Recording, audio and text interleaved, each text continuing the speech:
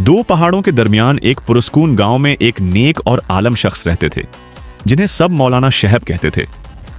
उनकी मस्जिद के साथ छोटा सा मदरसा था जहां दूर दूर से बच्चे कुरान, हदीस और दीन की तालीम हासिल करने आते थे। इन बच्चों में से एक ज़हीन लड़का यही था जो हर बात में सवाल करता। एक दिन सबक के बाद यही ने पूछा, मौलाना, हम किसके घर आते हैं? अगर अल्लाह नजर नहीं आते तो हम कैसे जाने कि वो यहां मौजूद हैं? मौलाना शहब मुस्कुराए और कुरान बंद करके यही की तरफ देखकर कहा, बेटे, ये बहुत खूबसूरत सवाल है? उसका जवाब जानने के लिए तुम्हें मेरे साथ एक छोटे से सफर पर आना होगा। अगले दिन वो दोनों रवाना हो गए। मौलाना के हाथ में असा था और यही के पास एक छोटी सी थैली जिसमें रोटी और खजूरें थीं। उनका पहला पड़ाव एक चरागाह थी जहां भीड़ें चर रही थीं।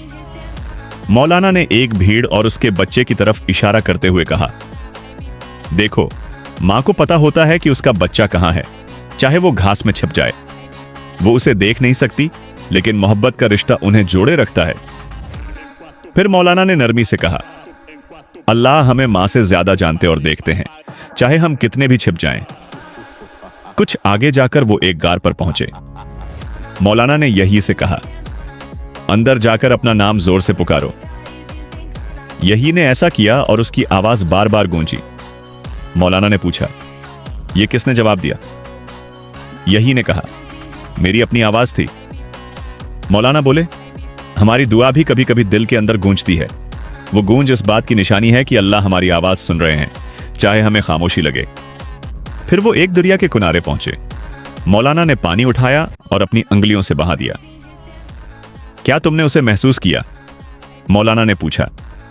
यही ने कहा, जी हां।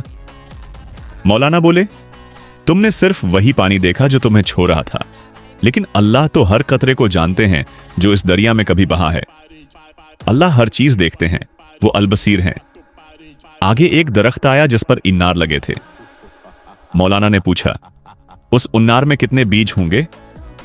यही ने कहा, जब तक खोलेंगे नहीं पता नहीं चलेगा।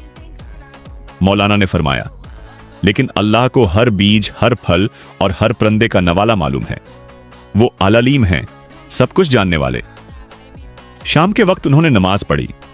नमाज के बाद मौलाना ने पूछा, हम रकात में कहते हैं, हम तेरी ही इबादत करते हैं और तुझ ही से मदद मांगते हैं, क्या यह सिर्फ मस्जिद के लिए है? यही ने कहा, नहीं, हर जगह। मौलाना मुस्कुराए, बिल्कुल, हम हर जगह हैं। अल्लाह हमारी हर जगह मौजूदगी में साथ होते हैं, चाहे हम उन्हें याद करें या ना करें। रात को उन्होंने एक खुले मैदान में क़याम किया। आसमान पर सितारे चमक रहे थे। यही ने कहा, कितने ज्यादा सितारे हैं? मौलाना ने कहा, अल्लाह हर एक को जानते हैं। वो न सोते हैं न भूलते हैं। वो सिर्फ आसमानों पर नहीं बल्कि हमारे दिलों के करीब भी हैं, हमारी शह रग से भी ज्यादा करीब। अगली सुबह वापसी पर मौलाना ने पूछा, क्या सीखा बेटा?